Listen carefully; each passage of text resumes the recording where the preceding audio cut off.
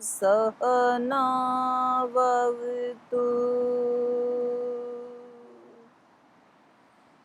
सहनौ भुनक्तु सह वीर्यं करवावहै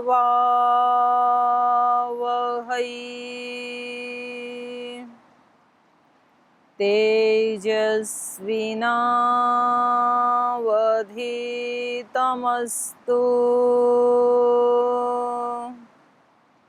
मा विद्विषावहै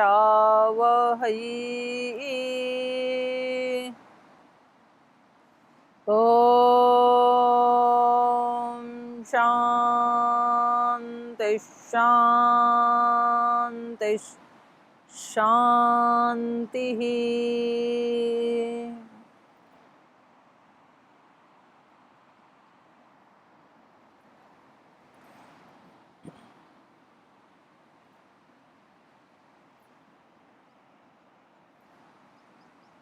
तो कल हम पढ़ रहे थे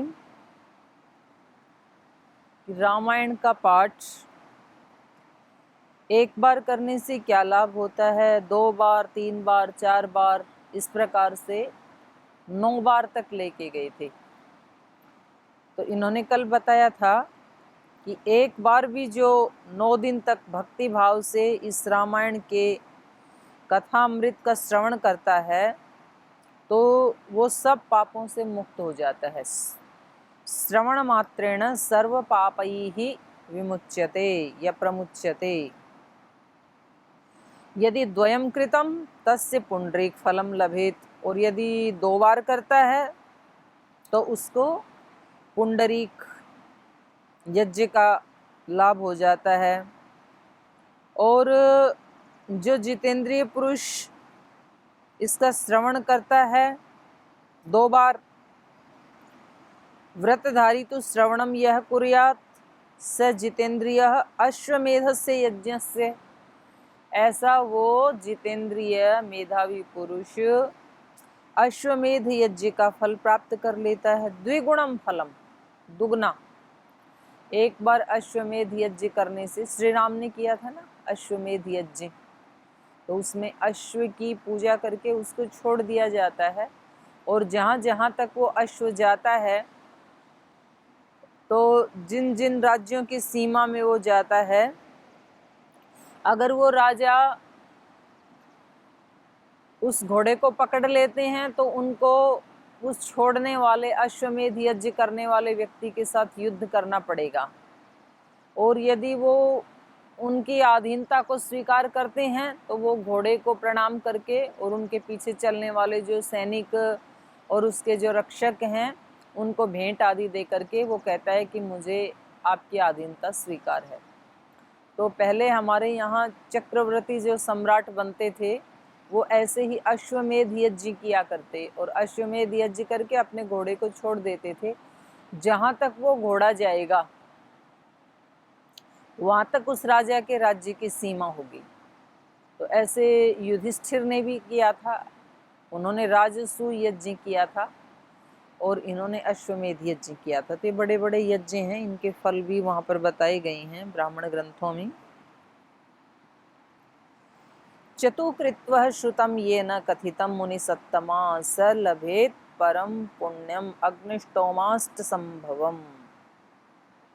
और कह रहे हैं जिसने 4 बार इस कथा का श्रवण किया वह 8 अग्निष्टोम के परम पुण्य फल का भागी बनता है। पंचकृत्वो व्रतम इदं कृतं येन महात्मना अत्यग्निष्टोमजं पुण्यम द्विगुणं प्राप्नुयान्नर। और जिस महामनस्वी पुरुष ने 5 बार रामायण कथा श्रवण का व्रत पूरा कर लिया तो वो अत्य अग्निष्टोम, ये अग्निष्टोम से भी बड़ा यज्ञ होता है अत्य अग्निष्टोम, तो वो अत्य अग्निष्टोम यज्ञ के द्विगुण पुण्य फल का भागी होता है। एवं व्रतं च षड्वारं कुर्यात् यस्तु समाहितः अग्निष्टोमस्य यज्ञस्य फलम अष्टगुणम लभेत। और जो एवं इस प्रकार व्रतम च षड्वारम कुर्यात, एकाग्रचित्त होकर के व्रत धारण करके विधि विधान के सहित 6 बार रामायण कथा के व्रत का अनुष्ठान पूरा कर लेता है, तो वह अग्निष्टोम यज्ञ के 8 गुणा फल का भागी होता है। इसमें हमें बस ये ध्यान रखना है कि जैसे आजकल भी जहाँ जो कुछ ऐसे जो संत जन हैं, महात्मा जन हैं, जो रामायण की कथा करते हैं या तो भागवत की कथा करते हैं, तो हम कई बार ये आवृत्ति को ही मुख्यता दे देते हैं और फिर उन महापुरुषों की जहाँ जहाँ कथा होती है वहाँ वहाँ हम जाते हैं और हम ऐसा बोलते भी हैं कि मैंने तो 2 बार भागवत सुन ली, मैंने तो 5 बार रामायण सुन ली, मैंने 8 बार रामायण सुन ली। तो ये जो कहा जा रहा है, ये ऐसा नहीं है कि केवल बस सुन लिया और जीवन में आचरण में कुछ भी हमने संकल्प या व्रत धारण नहीं किया, कुछ भी परिवर्तन नहीं किया, तब इन अश्वमेध या अग्निष्टोम यज्ञ या अत्य अग्निष्टोम यज्ञ का फल प्राप्त हो जाएगा, ऐसा नहीं कहा जा रहा है। ऐसा इसलिए कहा जा रहा है जैसे वैदिक परंपरा में भी 16 संस्कार किए जाते हैं मनुष्य के। 16वां तो चलो अंत्येष्टि है, मरने के बाद होता है, लेकिन 15 संस्कार किए जाते हैं। तो 15 संस्कारों का मतलब है कि 15 बार उस व्यक्ति को आत्मवेता या ब्रह्मवेता बनने के लिए चांस दिया जाता है, जीवन उसको चांस देता है। तो इसी प्रकार यहाँ पर भी एक बार सुना तो एक बार सुनने मात्र से हमारे सारे आदतें, हमारे स्वभाव, हमारे आचरण चेंज हो जाएंगे, एक बार सुनने मात्र से, ऐसा नहीं है। तो इसलिए यहाँ 9 बार चांस दिया जाता है कि कम से कम व्यक्ति बार बार उसको सुनेगा तो उसके चित्त में वैसे संस्कार जो हैं वो घनीभूत होंगे, दृढ़ीभूत होंगे। एक बार सुन के फिर आचरण करने लगे तो थोड़े दिन तो हम वैसा आचरण कर पाते हैं, श्री राम के जैसा, श्री भरत जी के जैसा, लक्ष्मण जी के जैसा, माता सीता जैसा, कौशल्या माता जैसा कुछ दिन करते हैं। लेकिन फिर जैसे ही प्रतिकूलता आती है तो फिर हम अपने जो हमारा अपना स्वभाव हमने बना लिया था, उसको असली स्वभाव तो नहीं कहेंगे, लेकिन जो अनेक जन्म जन्मांतरों में हमने बना लिया था, फिर हम उसी में लौट आते हैं, अपने संस्कारों से पराजित होकर के, अपने संस्कारों के वशीभूत होकर के। लेकिन फिर जब दोबारा सुनते हैं तो फिर हम अपलिफ्ट हो जाते हैं, फिर ऐसे ही दोबारा सुन करके थोड़ा आचरण करते हैं, फिर कुछ शिथिलता आती है तो फिर तीसरी बार सुनते हैं।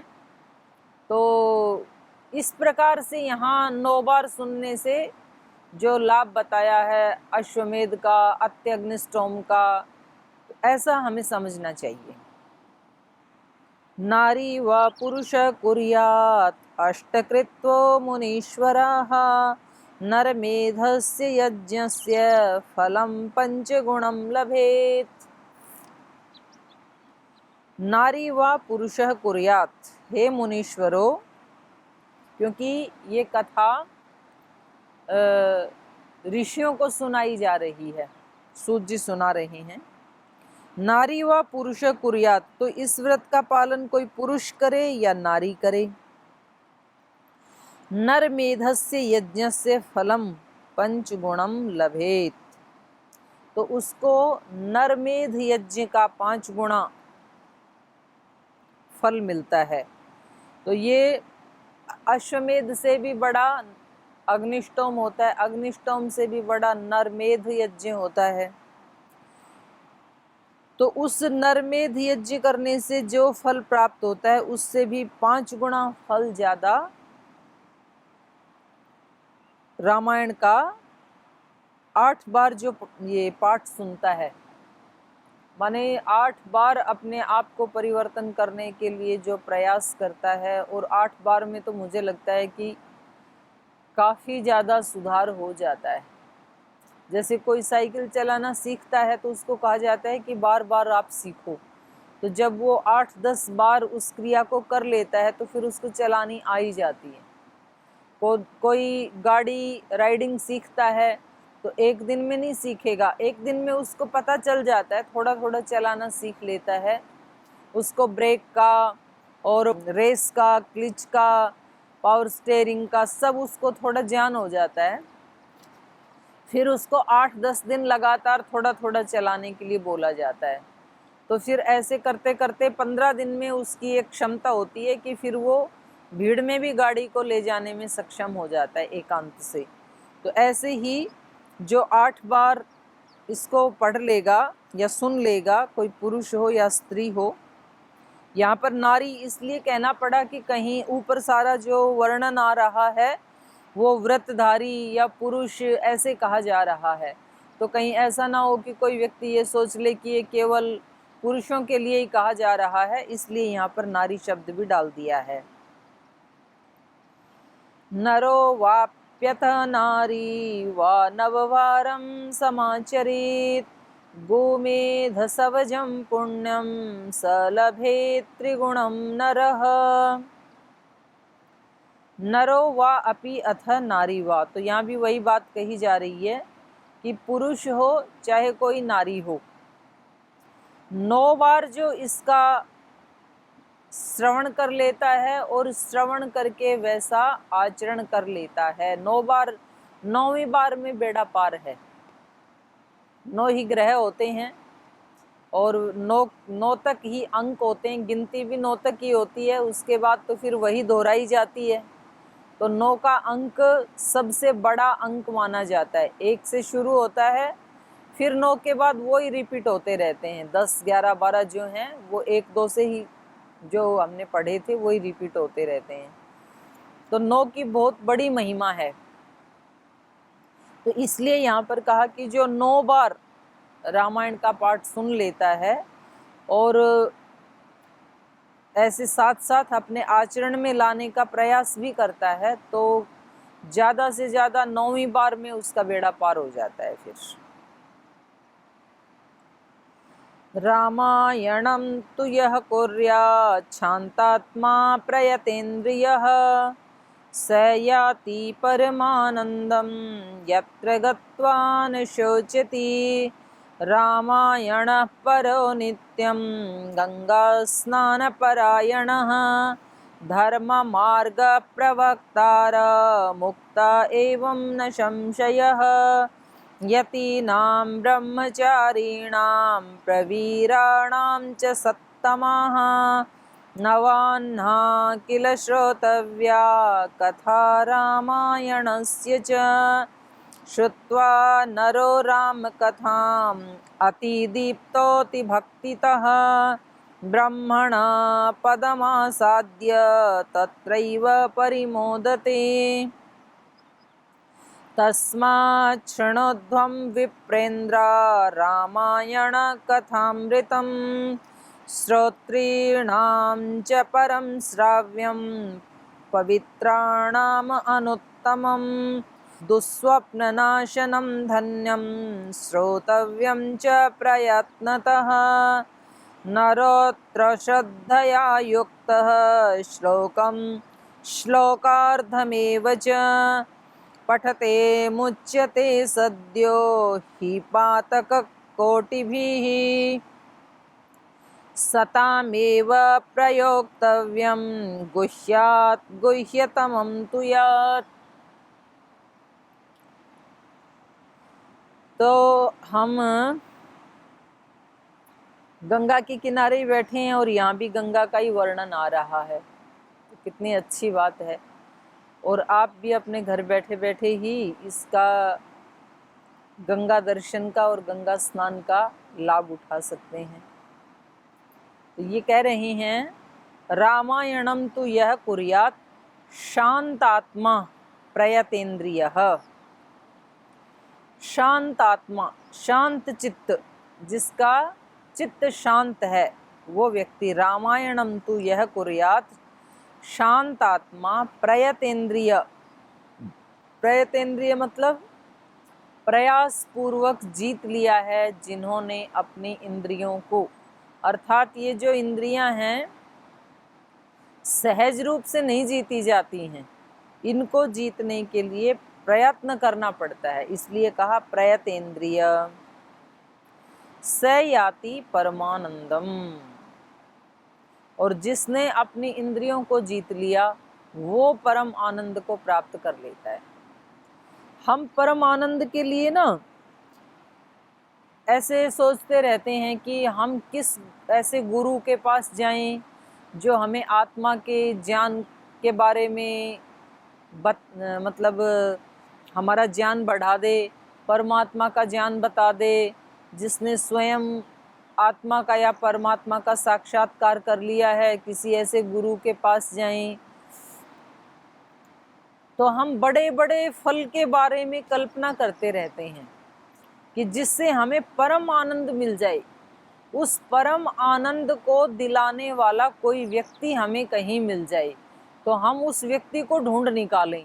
तो इसलिए व्यक्ति कभी इस आश्रम में जाता है, कभी उस आश्रम में जाता है, सारी देश के, दुनिया के और धरती के आश्रमों को व्यक्ति छान मारता है कि टेस्टिंग करता हूँ, मुझे परम आनंद दिलाने वाला गुरु या आश्रम कौन सा हो सकता है। फिर कभी कभी व्यक्ति तीर्थों में उस परम आनंद को ढूंढता है। कोई कहता है कि आप केदारनाथ, बद्रीनाथ, 4 धाम की यात्रा कर लेंगे तो सारे पाप कट जाएंगे।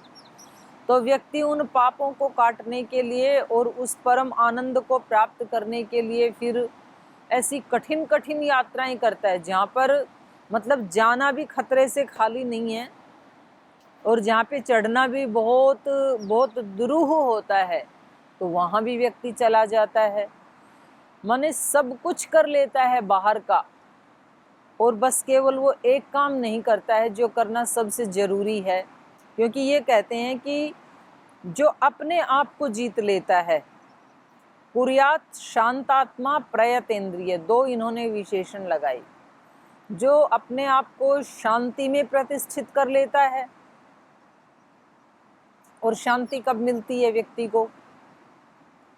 व्यक्ति को शांति तब मिलती है जब वो समता में स्थित हो जाता है, जब वो ज्ञान में प्रतिष्ठित हो जाता है।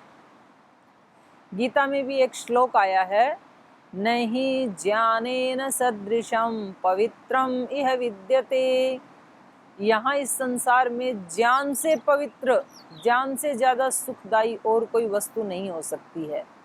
और उस ज्ञान में प्रतिष्ठित होकर के वो अचिरेण परमाम शांतिम अधिगच्छति, तुरंत ही उस परम शांति को प्राप्त हो जाता है। जैसे ही व्यक्ति समता में स्थित होता है, और समता में व्यक्ति कब स्थित होता है, योग में कब स्थित होता है व्यक्ति?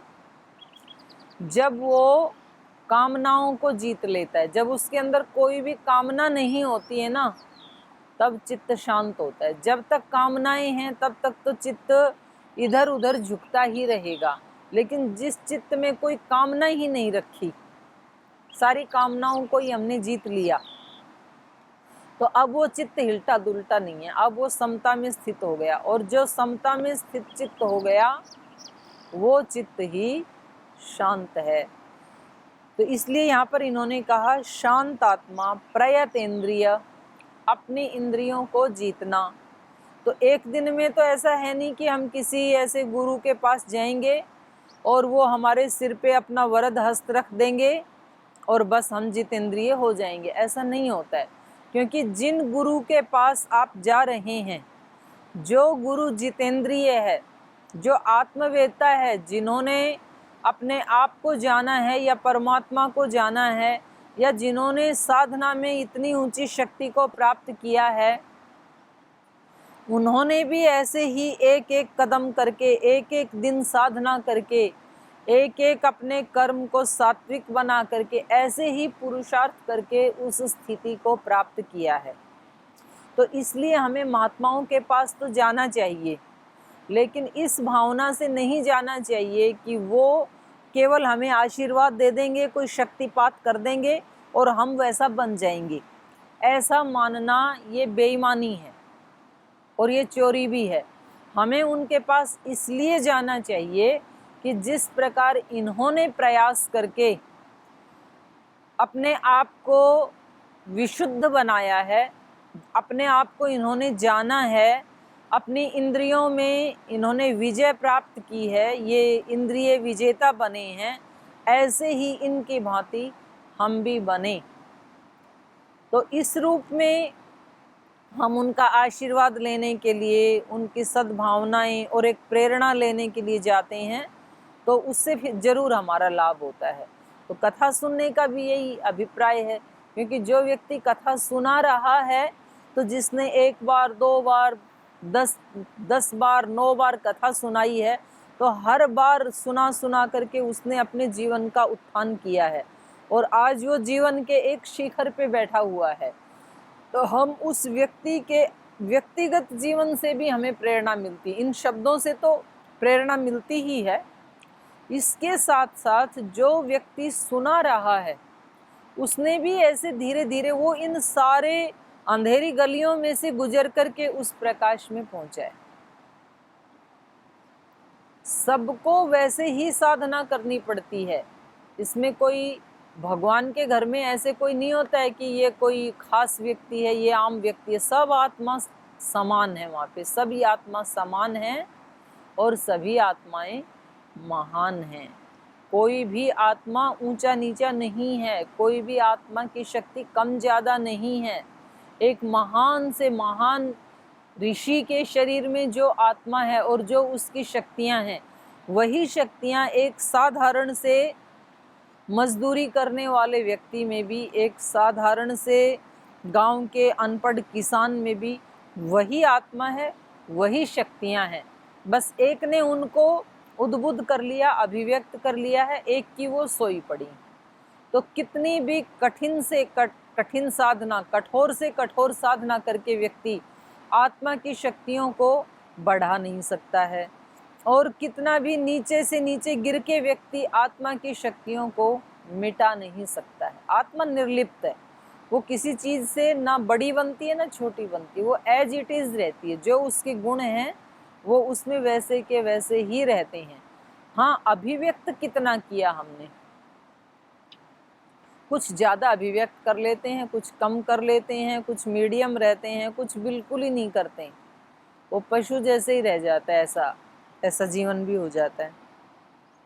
तो यहाँ इन्होंने बताया कि जिसको परम आनंद चाहिए उसको कहीं बाहर भटकने की आवश्यकता नहीं है। बाहर जाए लेकिन इस भावना से जाए जो अभी हमने बताया, और वहाँ जा कर के उनसे प्रेरणा लेकर के फिर वो अपनी इंद्रियों को जीते। देखो, इसकी पहचान हमें अपने दिन भर के जो हम कर्म करते हैं उनके छोटे छोटे जो काम करते हैं वहाँ हमें अपनी परीक्षा करनी पड़ेगी। हम अपने परीक्षक भी खुद ही हैं, एग्जामिनर भी खुद ही हैं, और अपने मार्क्स देने वाले भी खुद ही हैं। हम अपने आप को कितने अंक देते हैं, तो हमें बेईमानी करके अपने आप को 100 में से 100 अंक नहीं देने चाहिए। हमें ईमानदारी से, यदि हम 30 अंक के हकदार हैं तो 29 अंक ही देने चाहिए, तो तब हम आगे बढ़ पाते हैं। हम अपने आप को झूठा सर्टिफिकेट ना दें, जैसे कि आजकल मिल जाते हैं पैसे दे करके बहुत सारे सर्टिफिकेट, तो हम भी ऐसे कुछ स्थूल क्रियाएं करके, कुछ स्थूल दान पुण्य दे करके, और हम अपने आप को सर्टिफिकेट दे लेते हैं कि हम धर्मात्मा हैं। तो ऐसा करके हम अपने आप के साथ ही चीटिंग कर लेते हैं फिर। और जो व्यक्ति अपने आप के साथ चीटिंग कर लेगा तो फिर उसका उत्थान कैसे होगा। तो अपना उत्थान करने के लिए जैसे हम दूसरों के दोषों के प्रति तो पूरे जज बन जाते हैं, जज की भूमिका निभाते हैं हम। जब किसी दूसरों के दोष देखते हैं ना, तो जैसे जज बिल्कुल निष्पक्ष निर्णय करता है, भाई अगर किसी ने ऐसा दोष किया है कि उसको मृत्युदंड देना आवश्यक है तो तुरंत मृत्युदंड सुना देता है। तो दूसरों के दोषों में तो हम जज बन जाते हैं, और जब अपने दोष सामने आते हैं तब हम वकील बन जाते हैं। तो हमें उल्टा करना है। वकील क्या करता है, वकील झूठे केस को भी सच्चा सिद्ध करने के लिए पूरी ताकत लगा देता है। यदि वो ऐसा ना करे तो फिर तो केस लड़ने का कोई मतलब ही नहीं रह जाता है। जैसा है वैसा ही यदि वो बता दे तो फिर तो दो पार्टियों का केस कभी आगे बढ़ेगा ही नहीं। वो कहेगा कि ये गलत है, ये ठीक है, बस बात खत्म।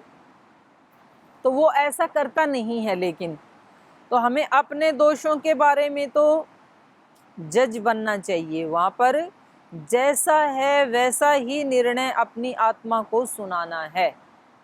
और जब दूसरों के दोष आए तो हमें थोड़ी वकालत कर लेनी चाहिए, वकील बन जाना चाहिए। कि कई बार हम भी तो ऐसे कर लेते हैं। कई बार मेरे अंदर भी तो ये न्यूनता आ जाती है। तो इस तरह से दूसरे का जब आए तो थोड़ा सा उसमें हम दे सकते हैं, उसको रिहात दे सकते हैं। तो इन्होंने बड़ी अच्छी बात बता दी है। रामायणम तु यह कुर्यात शांतात्मा प्रयतेन्द्रियः स याति परमानंदम यत्र गत्वा न शोचति। उस परम आनंद को प्राप्त करके जिस व्यक्ति ने अपनी इंद्रियों को जीत लिया, जिस व्यक्ति ने अपने मन को जीत लिया, जिस व्यक्ति ने अपने अंदर ही उस शाश्वत शांति को प्राप्त कर लिया, अब इस व्यक्ति को कोई शोक युक्त कर सकता है क्या?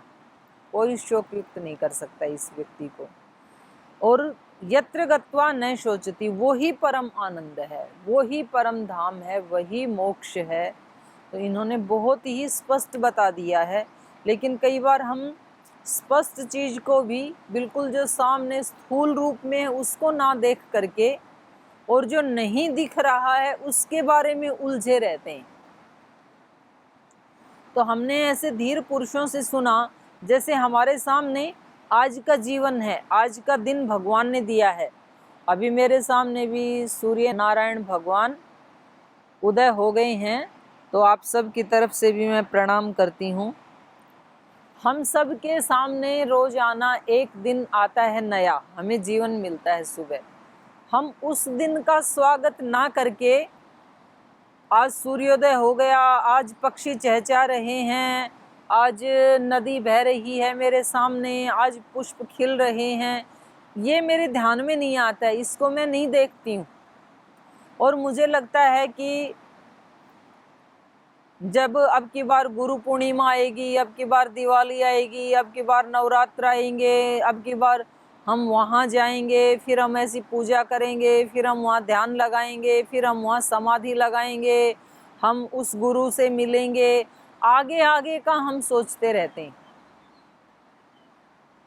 जो आज मेरे पास है उसका स्वागत ना करके उसकी तरफ तो ध्यान ही नहीं देते हैं कि आज का जीवन मिल गया तो आज क्या प्रयोग करना है, आज का क्या सदुपयोग करना है, ये तो हमारे ध्यान में ही नहीं आता है। आज का दिन एक एक पल, एक एक क्षण करके ऐसे ही बीत जाता है। कल भी ऐसे ही बीता था, कल का दिन भी, आज वाला भी ऐसे ही बीत जाता है। फिर हम सोचते हैं कि कल से ऐसे करेंगे, कल तो कभी होता ही नहीं है, कल तो काल का नाम है, आज ही होता है हमेशा।